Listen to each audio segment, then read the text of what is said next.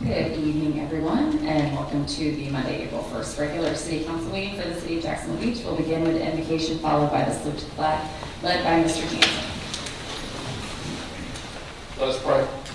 Good and gracious Heavenly Father, as we close the dear Holy Week, Lord, we just thank you for the crucifixion and resurrection of your Son, so that we all have the opportunity for salvation.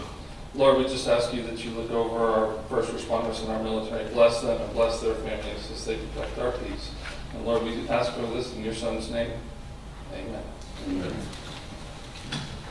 I pledge allegiance to the flag of the United States of America and to the republic for which it stands, one nation, under God, indivisible, with liberty and justice for all.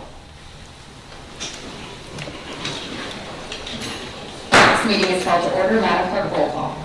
Councilmember Golding. Here. Councilmember Horn. Here. Councilmember Jansen. Here. Councilmember Meza. Here. Councilmember Sutton. Here. Councilmember Wagner. Here. Mayor Hoffman. Here, moving on to approval of minutes, item A. I move that we approve the minutes from the regular city council meeting held on March 18th, 2024. Second. We have a motion and a second. Any discussion? All in favor signify by saying aye. Aye. Any opposed? Motion carries. Approval of the agenda. I move that we approve the agenda. Second. We have a motion and a second. Any discussion? All in favor signify by saying aye. Aye. Any opposed? Motion carries. Announcements? Ms. Golden. Bless you. Thank you, Mayor. I just wanted to mention that several of us attended the unveiling of the honorary sign for our former councilwoman, Margaret McQueen, and it was a really great event Saturday morning and very well attended. And want to thank everyone who was involved in organizing that. Also, great job by our Parks and Rec department on the Easter egg hunt. And everybody had a great time, and I don't know, but that looked like it was the biggest turnout I've ever seen. Also want to let everyone know that there is going to be a meeting on Wednesday, April 3rd, this Wednesday at 7 p.m. at the Beaches Branch Library. The presentation is going to be the good and the bad of the 2024 legislative session. And Mike Stefopoulos, our city manager, and I will be doing a dog and pony show about the bills that passed and failed that will impact our beaches communities. The other two city managers from Neptune Beach and Atlantic Beach will be there as well to provide updates related to legislative issues that impacted their communities. And just wanted to let everyone know that the vacation rental bills, Senate Bill 280 that I've been talking about since the beginning of the year, has not made it to the governor's desk yet, so there's still time to email the governor and urge him to veto the bill because it is not helping municipalities with the issues that we are having with the problem vacation rentals. Want to let everyone know that I did send out an action alert to 45 municipalities throughout Florida that have registration ordinances like ours that would be impacted by this bill. Ultimately, the state would wipe out our registration ordinance with Senate Bill 280, taking away our ability to regulate anything with vacation rentals. So if you're so inclined, I would urge you to contact the governor, and my fellow council members do the same. Please share. I sent out a newsletter today, and several people have responded that they've contacted the governor.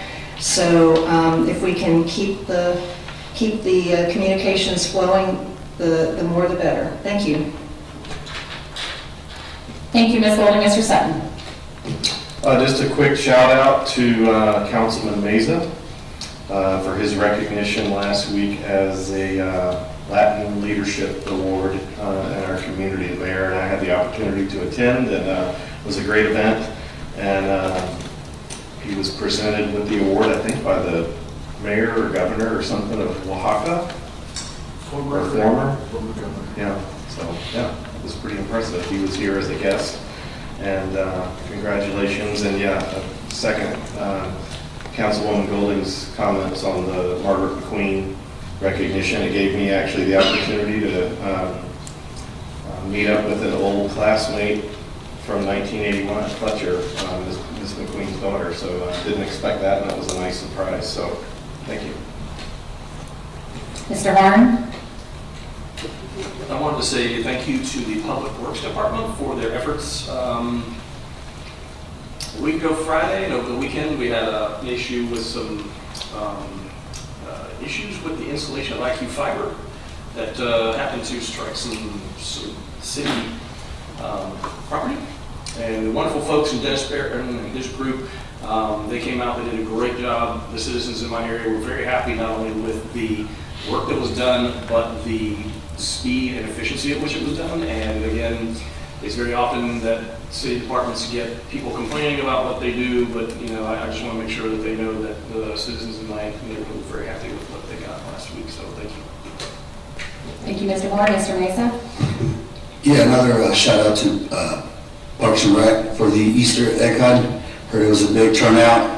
I said this to Molly before, if you guys get a brand new Easter Bunny outfit, I would do it every year, no questions asked. Because it was fun when I did it, seeing all the kids laughing, but then a couple of the kids that were crying. That was even funnier, but either way, it's fun. I'll be the Easter Bunny outfit if you guys get a brand new one, so I just want to put it on the record. Thank you, Councilmember Gregg and Chris Hoffman for being there Friday. It was a special moment, especially for my parents. I know they're in California, but they're very proud.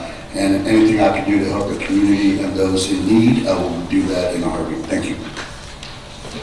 So ditto to everyone else. I also want to kind of promote upcoming this week. We have Sea Walk sessions on Wednesday.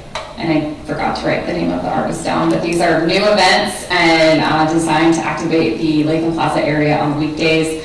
And I think they're also designed to forecast rain every time seemingly. So the forecast isn't looking great now, but it's Florida, it's 2 days away, anything can change. And we'll have a food truck out there as well. And then this is a big weekend for us. We have Springing the Blues. Friday through Sunday. It's always a great time. The weather for that is looking spectacular. Coincidentally, the museum is hosting Springing the Blooms that morning, Saturday morning. So come on by if you want to learn about dapple peppers or monarch butterflies or anything like that before you hit the Sea Walk Pavilion. I'd also like to welcome our new city attorney seated next to me. You might have noticed a new face up here, David Miggett. He is on his second week? Yes. Week 2, so he came back. For week 2. This is his first council meeting. Hopefully he'll be back tomorrow, but we're really excited to have you. I know he's jumped in with both feet, and we're very glad to have him here. Any other announcements? Okay, we'll start with courtesy of the floor, David Cohill. You know the drill. Name and address, you'll have 3 minutes to address the council. Good evening. My name is David Cohill, 2302 Sawgrass Road. For those of you who I have not had the opportunity to meet yet, I am the president of the Lodge 17 Florida Fraternal Order of Police, which represents the men and women of the Jacksonville and Neptune Beach Police Departments. I also serve as the secretary of the State Labor Council. Come to you this evening to try and quantify some of the emotions that I heard at the last city council, where over a dozen business owners, citizens came before you to speak. Those of you that have met me before know that I like numbers and statistics ad nauseum, so I will try and keep those to as unboring as possible. So, since 2011 to 2021, the population of the city of Jacksonville Beach has grown over 11%. During that time period, the department has added 0 officers to its patrol and detective division. Yes, we have added to downtown Cape, but anybody who's served in law enforcement knows specialized units are the first ones to be cut. When staffing falls, when people are ill, when people resign. And that's the current state that we're in now. In addition to the 11% increase, the United States Life Saving Association, which the lifeguards self-report the unique number of visitors to the beach, increased 21% from 2011 to 2022 to over 5.1 million unique visitors to our beachfront. So what does all this growth without a commensurate growth to the police department lead to? Burnout and turnover. The past 12 years, 102 officers have been hired to work at the Jacksonville Beach Police Department. It's enough to flip the entire department 1.5 times. Average pension age of the department is 11 years. It's only gone up 2.6 from 2011 to 2021. During that 12-year period, we've only seen 18 people retire, one line of duty death. And of those retirees, less than half served their full or over 20 years. How much does it take to train those 102 officers? 62,000 person hours to train. During the time period in 2017 when we have not added a single officer, the taxable real property in the city has gone from $3 billion to $4.65 billion, and the property tax revenue has increased from $18 million to $26.1 million. Again, during that time period, not adding a single officer. Councilor Wagner, last time you said that the council's response to what happened on St. Patrick's Day will be a defining moment, and the way that the council responds moving forward will be its defining moment. Thank you very much for your time this evening. Thank you. That is the only courtesy of the floor card. The other two are attached to an agenda item, so we'll move on to the consent agenda. I move that we approve the consent agenda. Second. We have a motion and a second. Madam Clerk, roll call.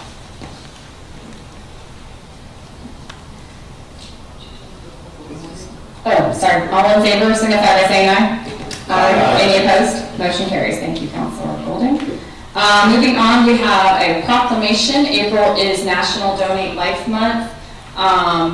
Jessica Schuyler, who is with LifeQuest Organ Recovery Services, is a Jacksonville Beach resident and requested this proclamation, and unfortunately fell ill today and is not able to attend. But I'm going to go ahead and attempt to read it without my reading glasses, since we have it, and we will deliver it to her at a later time. Whereas Florida's Organ Tissue and Eye Donor Registry is named for Joshua Abbott, the recipient of a lung transplant who passed away in 2006. Abbott's story so moved the Florida legislature that in 2009, Florida's Agency for Healthcare Administration chose Donate Life Florida to create a statewide donor registry to increase registry enrollment and educate Floridians about donation. And whereas Donate Life Florida is a nonprofit 501c3 charitable organization, and whereas established in 1997 as Florida Coalition on Donation Incorporated, Donate Life Florida is dedicated to motivating Floridians to designate themselves as organ, tissue, and eye donors so lives are saved and enhanced through donation and transplantation. And whereas today more than 5,000 patients listed at Florida transplant centers await life-saving organ transplants, and whereas many of these individuals may get a second chance of life due to the generosity of those who designate themselves an organ, tissue, and eye donor on Florida's Organ and Tissue Donor Registry, and whereas more than 100,000 people are waiting for a life-saving transplant, another person is added to the waiting list every 10 minutes. Over 20 people die each day because the organ they need is not donated in time. One person can save up to 8 lives through organ donations. And whereas the Mayo Clinic, being the city's transplant hospital, many Jacksonville Beach residents are transplant recipients. Jacksonville's diverse population brings the importance of awareness and need for the life-saving transplant for many in the area. And whereas the city encourages all citizens to consider organ, eye, or tissue donation and engage in healthy habits to decrease the need for transplantation, and now therefore be it resolved by virtue of the authority vested in me as the mayor of the city of Jacksonville Beach, I, Christine Hoffman, hereby support Donate Life Month and proclaim April 2024 as National Donate Life Month.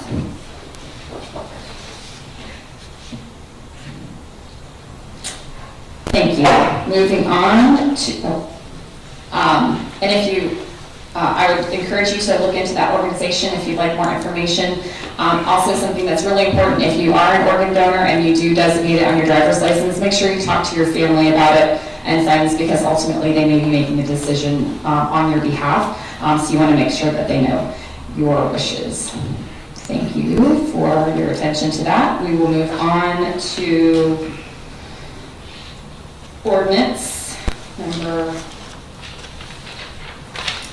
letter A. Madam Clerk, will you read the ordinance by title, please?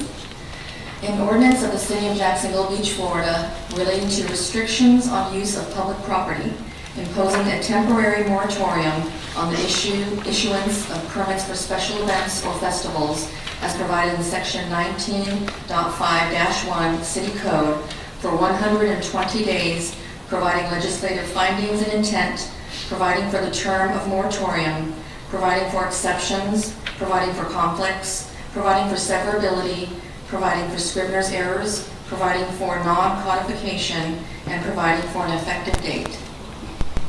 Thank you, Madam Clerk. Before we open the public hearing, we'll have a report from City Manager Stefopoulos. Thank you, Mayor and Council. The purpose of this ordinance is to address council discussion following the shootings that occurred on Sunday, March 17th, and the events leading up to them. At the City Council meeting on March 18th, Council discussed the possibility of enacting a moratorium on special events until it could be determined what changes may be required to the city's special events policy to reduce the potential for future similar events. It is noted within the accompanying memo that staff has identified issues associated with the implementation of a moratorium. Specifically, a moratorium coupled with the time requirements for permit submission in advance of an event could impact special events in excess of 6 months. Staff has placed an item on the April 8th council briefing to discuss downtown public safety and special events. The adoption of this ordinance, if approved tonight on first reading, will still require a second reading at a future date, which would likely be scheduled for April 15th. Council has a range of options available this evening, from the spectrum ends of approving this on first reading to disapproving it in its entirety or deferring the item until a date certain. City Attorney Miggott, Police Chief Smith, and Parks and Rec Director Fatides are all here if you have any questions through this discussion. Thank you, Mr. Stefopoulos. This ordinance is before the council for a public hearing and consideration on its first reading. I will now open the public hearing on ordinance number 2024-8212. We have 2 speaker cards. We'll start with Rhonda McDonald. If you want to come to the podium, give us your name and address. You will have 3 minutes. Yes, I'd like to just retract that right now. I don't need to. Okay, thank you. Bradley Lewis, if you'd like to come to the podium, give us your name and address. You'll have 3 minutes to address the council. My name is Bradley Lewis. I live at 18 Hobson Road. This ordinance, correct me if I'm wrong, the incident that happened, was it based on a special event? We're just using it as a catalyst to address our special event policy. How about we step back a little bit and just look at the policy of making the citizens safe in Jacksonville Beach? All of you on the council are responsible for providing that police chief with enough money to fund his department. We understand it's hard to hire policemen. Have you given him enough money to attract more policemen to us? Have you given an incentive?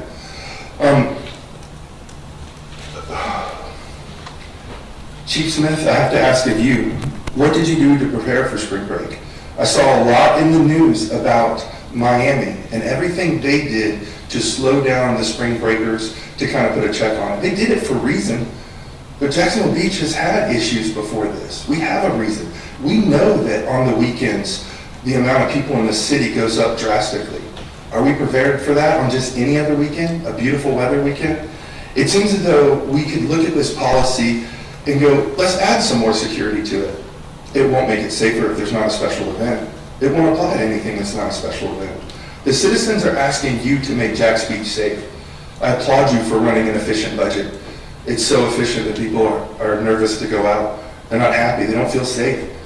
I don't want to say the downtown isn't safe, but I would say that a lot of the people that were involved were not Jack's Beach citizens. We could look at small things. How about we raise the price to park on the weekends? That will affect no Jack's Beach citizens as we get to park for free. How about we set up things that might deter people that are coming down here? None of what I've mentioned is related to special events. I think this is something you do and you put toward the public so they really think you're doing something to address safety, when really all you're doing is putting something in front of the news camera so you can say you're taking a little bit of action. This will not make Jack's Beach safer when we do not have special events.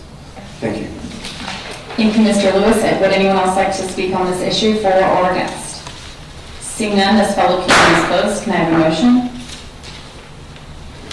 I move that we approve ordinance number 2024-8212 on the first reading relating to restrictions on use of public property, imposing a temporary moratorium on the issuance of permits for special events or festivals as provided in section 19.5 City Code for 120 days, and schedule a second reading for April 15th, 2024. Second. We have a motion and a second. Mr. Sutton? Guess we're having a discussion now? Yes? So I just wanted to say, I think a couple of weeks ago, when I first mentioned instituting or coming up with an ordinance, it really was with relation to events that did not have permits. Non-permitted events, which certainly, if this was an event, it was non-permitted, the gathering of the folks where then the violence broke out. So I certainly appreciate the work that Mr. Shepard did in the last 2 weeks in pulling this together, but I'm not so sure that, putting a moratorium just on special events really addresses the issue. More likely, I think us meeting next week, starting next Monday night at our council briefing, will begin to sort of explore and look at some ideas that we can update that special event policy on. There are some issues in there that staff has identified that need to be updated as it is, regardless of what happened 2 weeks ago. So we can certainly incorporate that, and I think the large gatherings can be addressed in that special event policy.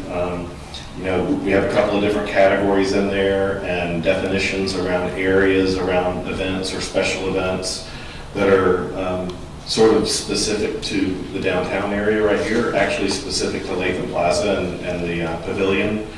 And then we have things called, special gatherings or something to that effect. I can't exactly remember the category, but which I guess would apply to things other than this immediate area right here. So we may want to look at that, apply similar type language or decide anyway what direction we want to go. But as this has been put in front of us right now, I'm not in support of just putting a moratorium on special events. I don't think that gets to the crux of the issue. Sorry, I didn't see who was first on the lake. Mr. Wagner? Thank you for your comments, Councilman Sutton. Very consistent with the way I'm kind of internalizing this as well. I think it's really important that we focus on the problems that we're trying to solve, and then what are the root causes of those problems, and address those. And I do think an appropriate first step in that is the briefing that's set up for next week. And so before we start to implement actions without having kind of that next level of conversation, I do struggle with that myself. And really don't see, as the point was made earlier, a delaying or the moratorium on special events being one that actually contributes or helps us solve the opportunities that we have in front of us. We need to take this very seriously. We need to be very thoughtful in how we handle those. And we need to make sure that the results of anything we do or implement makes our wonderful community a safer, happier, better place to be. Mr. Jansen? Yeah, so I echo the comments of my colleagues, and I think we can collectively say that the bad actors that showed up on that weekend did not have a permit. They didn't have a sanction. They were trying to have a sanctioned event of fights, which is not allowed by law. And so putting a moratorium out there, it's almost like punishing the good guys, the guys that follow the law, the guys that are following the permitting process. I don't see the value in that, although there needs to be much more discussion about how the permitting works and how we deal with crowds on the beach. From a law enforcement perspective, serving 28 years in the Jacksonville Sheriff's Office, the one thing I want to say, I don't know that we can measure champions on the dais as to who supports police more than anyone else. But in my almost 4 years in tenure as a city councilman, there hasn't been a time that the police chief has come in front of me and asked for something and was denied that. So if there's something that he needs, I'm all for it. Let's give him what he needs to get the job done. The public safety comes first. It's our first responsibility. I don't think the chief would disagree with the comments I just made. He can speak for himself. But whatever's needed to keep our city safe, if we could afford to double the size of the department tomorrow, I'd do it. If we could afford it. I don't think we can afford it. But we certainly got to look at how we're dealing with our staffing issues. If we have attrition that's high, which it seems to be right now, then maybe we should fatten up the department so that when that attrition comes back to a level even par, we have extra officers. And I guarantee you there's a lot of things that we can do with extra officers. There's a lot of task force ideas, traffic ideas. There's a tremendous amount we can do with extra officers. So I'm not in favor of this particular ordinance. I am in favor of having a lengthy discussion. I'd like to see the police chief and Parks and Rec in that briefing so we can have some hard conversations on how we move forward and being prepared for any events that happen such as these. Just to piggyback on yours really quick, and we just did a bonus for new and existing officers and an across-the-board pay raise that was outside of our normally scheduled contract negotiations. So I think this council has proven that it's supportive. Again, I'm with you, we haven't said no to the chief ever in my 12 years even. So if more money, more officers was the only solution, then this conversation would be easy, but I don't think it's the only solution. Mr. Horn. Yeah, one of the things, I'll reiterate what I said to Mike recently about the permitting process, is that I think that in the future, we should look at making sure that anything that is permitted brings a benefit to the beach, is family-friendly, or is something that will help us. Now, obviously, this last event was unpermitted. As we look at the concept of, initially the discussion came up about us putting a moratorium. Feelings were very raw at the last council meeting. Everybody in the community was very, very hurt, and and everybody on this dais and in the crowd and even at home. Looking at these numbers, though, yeah, with 120 days and the 90-day application period, that's concerning. I reviewed the current and pending applications. I guess in the back of my mind, I would ask Chief Smith, Chief, do you think if we were able to magically pass this tonight and say, yes, off we go, would this help you? Gene Paul Smith, Chief of Police. It'll help down the road, but it's not going to help right now or tomorrow or the day after. And there's a lot of systemic issues that we've been warning about in the police department for 30 years. And it just kind of moves on after we're done. We pass an ordinance and we move on. So if you want to get to systemic issues, I suggest we talk about them next week. Hearing that, and that's kind of what I figured we would probably hear. And I asked Parks and Recreation Director Fatitas, if we were to pass this tonight, if this were the second reading, we passed it tonight, do you think this would benefit the Ocean Rescue Department? Would this benefit your department? Parks and Recreation. Jason Fatides, Parks and Recreation. That's a difficult question to answer directly. I don't think that it would have immediate help or an adverse effect, so I'm kind of neutral. Okay, thank you. Again, with the numbers that I'm seeing, that the total duration, that's a little concerning. I think a majority of our regular events are in process. I think we should discuss this more next week. I would be in favor of tabling this for now.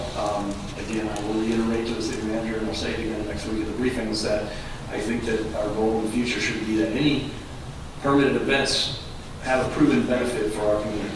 And not only for Jacksonville Beach, but for the beaches and for Jacksonville in general. Something that people will want to go to. Thank you. Mr. Sutton. Yeah, just to sort of summarize my comments from earlier, effectively, I think this penalizes the folks that are getting the insurance that they have to get, getting the security that they have to bring to the table for these events. Mr. Braddock sitting over there, there's other folks that bust their butt to have to do this throughout the year, having special events, and to put a moratorium on that and risk losing some of those events, I guess specifically in the second half of the year is probably more where we would begin losing them, maybe later in the summer and second half of the year. But to do that, these are typically not the issues that we have, or from folks that are having special events. It's a different group or different groups, and so I think Chief Smith has done a good job the last couple of weeks, but we haven't really had any issues. We were helped by weather. I think last week it was cool and windy, and then yesterday was Easter, and so we didn't really have any events. But, this is sort of a wake-up call. And occasionally we get those, and bad actors do bad things, and any ordinance, again, by itself, or any changes to the special event policy in themselves are not going to completely prevent things like this from happening. But I think a number of things combined can do nothing but help overall, including showing a presence and showing force with force down there on the weekends, or when we have special events or other high traffic things going on in the city. So thank you, Chief. You like to say something? I just wanted to make one comment. First of all, we did have a group out there last week. We had 18 calls only, calls for service on St. Patrick's Day between noon and 8 p.m. is when the shootings occurred. 18 calls is nothing, total in the city. And we had a group watching them because we had our intel analysts without our computer find the flyer, which FHP, GSO, and FDLE did not find when they scrubbed their intel. I'm 7 officers short. I have 7 officers hurt or on modified duty. I have 3 in training. I have 1 leaving in a month. I am 20 officers down as of today, out of 67. So showing force is fine, but I have to have some help. I can't do this with 40 people, and I'm sorry I had to say that. That has not come out yet, but that's the way it is. We want to have our discussions, but it's going to get worse next Monday. So thank you. Yeah, and I think we briefly talked about that last week when we talked about if we have to go outside the city of Jacksonville Beach as far as additional resources, whether that be city of Jacksonville or wherever the case. Again, most agencies are having issues with staffing, so we'll have to find them where we can get them. But certainly, I think our approval of the chief's ability to do that is important. So, thanks. Mr. Mesa? Yeah, I have to agree with my colleagues on this ordinance. It's unfortunate that if this was to even get passed, that the good actors will get punished. And even if this was to get passed, I don't think those actors that were here a couple of weeks ago will even abide by the rules. Coming from that type of neighborhoods, usually these individuals, they want to make a quick buck out of a free space. And if they could do it, they'll do it. It don't matter for them. They'll collect their money firsthand and take off. And I think this issue it's a bigger issue than we think besides here in Jacksonville Beach, because it's a Jacksonville problem, but it's also a society problem. And we are trying to address an issue, but it's going to take more than just us to address the bigger issues that are occurring in town and around the city and around the state. I have a question. Mr. Fatinas, the lifeguards, I know we briefly talked about this, about the lifeguards in LA, like Baywatch. They have some authority. What authority does the lifeguard have here at the beach? And if they don't have any, are we able to give them some sort of authority as to the people that take the girls out to the beach and want to grow I would just ask that we keep this discussion to the ordinance No, on the that's- table. I'm trying to get to my other question on the special events, the Do beach. you have an answer prepared for that, or if you would like to defer, you're welcome to. If you can answer next Monday, that'd be great. Well, if I understand the question, what authority we have in terms, I'm not sure what you're asking there, Mr. Mazer, but, you know, we always defer to the police department when it comes to legal matters. Now, the other question I have, that I was going to lead to, with the gatherings, since this is what we're talking about, the big gatherings at the beach, is the lifeguards, obviously they're responsible for life savings, but on the gatherings, what, if they were to see something illegal, are they able to?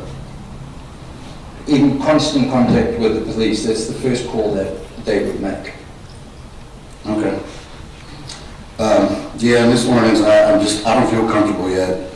I'd rather discuss it on the briefing next week. As far as for the comments that Dan Jansen had made, Mr. Bill and our chief, I think the bigger need right now is to see how we could try to recruit more officers and appeal more recruitment. Yeah, so I'll have more comments later. Okay, we have Ms. Golding and a revisit by Mr. Wagner. Go ahead, Ms. Golding. Thank you, Mayor. I just want to say that I concur with all of my colleagues. My biggest concern in looking at the list of the events that are in process, though, is how much we're asking our police department and our public safety people to deal with. We've got a lot of really great and I hope easy events like the runs and that sort of thing, but when we start getting into some of the bigger events, that's where I get concerned, and that's something we'll talk about next week.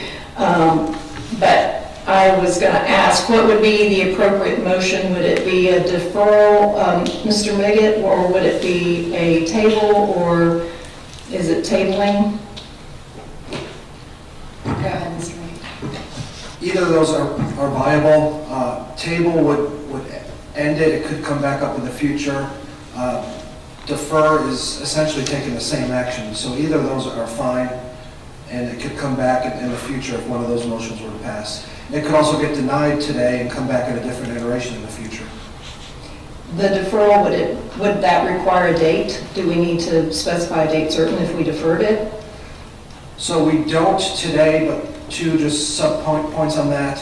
If we don't set a date, we'd have to re-advertise it, which would be cost. It'd be a very minimal cost, which is just a cost. And then we'd have to get the public notice back out. Just the best practice of not just putting it on the agenda, but letting the public know ahead of time when that new date would be, if that's the action the council takes. And tabling would require another public notice as well? Yes. Okay. I'll defer to whoever else wants to speak, but I'll be willing to make a motion whenever everyone's had a chance to speak. Thank you, Mr. We Wagner. do have a motion in front of us, right? We have a motion on the original ordinance, but you can make a motion on top of it to table, to postpone definitely, which would have a date attached to it, or postpone indefinitely, which would not have a date attached to it, or we could just vote on it, and it sounds like vote it down. Mr. Wagner? So based on the conversation we just had, I'll keep my comments very brief. I just wanted to summarize that in all of the pre-conversation that we had, sorry. In light of the conversation we just had, I'll keep it short. It's the new guy problem. I always forget the buttons. So I'll keep this short. But in summary, what I heard from everybody was there's kind of 4 areas of focus we need to think about on Monday, right? First is law enforcement, and it's staffing, and it's do we have the right kind of HR construct around them, and the right, right support systems for our legal team, and so that's clearly number 1. 2, it's special events and the associated processes, making sure that things are clear, there's good process, good definitions, and then third, there's events outside of that policy. So how do we handle those folks that can have an event or choose to have an event when they shouldn't. Outside that policy, we need to really kind of think that through as the third bucket. And then the fourth bucket would be any supporting tactics that would support any of those others, whether it's parking or some of those other ideas that have been thrown out. So as just kind of sharing that with all of the councils, we just kind of think about a construct to talk about, to have that discussion next Monday. That might be a nice way for us to kind of work through that. And I just want to, are you going to make a motion? Okay, if I could just speak really quickly, I agree. I think that this is throwing the good out with the bad. When you look at the list of events that are pending, it is, I mean, we have hundreds of events in this community that are relatively problem-free, are a benefit to our citizens, to our area, nonprofit events, pop-up events, deck the chairs, things that we could all agree are low impact on our resources, but positive impact on the community. And I think that this is a pretty dramatic reaction. And again, I agree that the problems that we're having are largely in that gray area of groups that are more than just a family or a group of friends gathering on the beach for a Sunday fun day, but not quite at the event level, but they're operating in an area that they know that they can get away with because we don't have any way to restrict the amount of people in a group on the beach. But they are clearly marketing events. Somebody is probably making money on the events, and I think that helps all of your areas if we can find a way to really hone in on that gray area type of event that is really getting away with it. I think marketing is also a component of that, and a lot of people have referenced Miami breaking up with spring break. I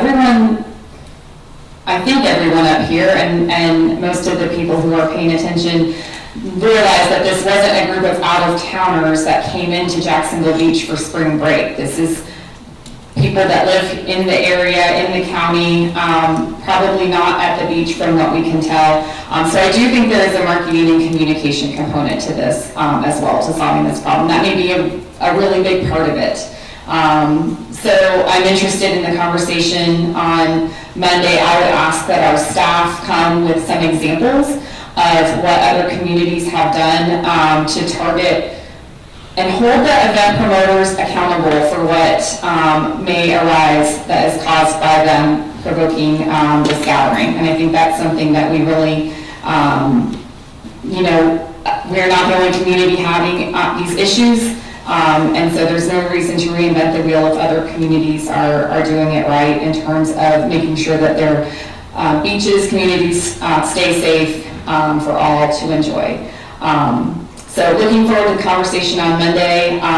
Council, do you want to make a motion to table, or do we want to go ahead and vote on it and vote it down, Mr. Sutton? So just one more time, if we were to table this, is that a whole lot different, Mr. Miggett, than just denying this tonight and then if we need to bring it back up again, we can bring it back up again at a later date? Explain to me the difference. So I think these are technicalities that can be overcome.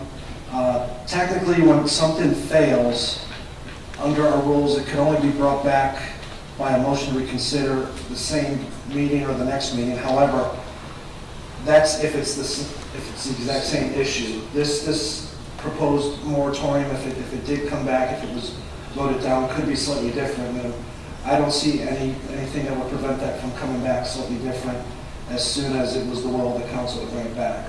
So I think any of the motions would accomplish the way I think I hear that the council's looking to proceed this matter. So it could be voted down if you wanted, and that wouldn't prejudice it coming back anytime soon. Thank you. No lights on the board. Mr. Mesa. Mr. Miggett, it says special events or festivals. Are we able to throw in gatherings, special gatherings? Is that a legal thing, or we have to keep it simple as special events or festivals? You all could do whatever you want. The way this moratorium was drafted by Mr. Shepard, based on the last meeting, was restricting it to the special events as they're listed in section, chapter 19.5 of the code. So, but you all are not restricted to just that topic. You could expand it in future debate or action on this matter.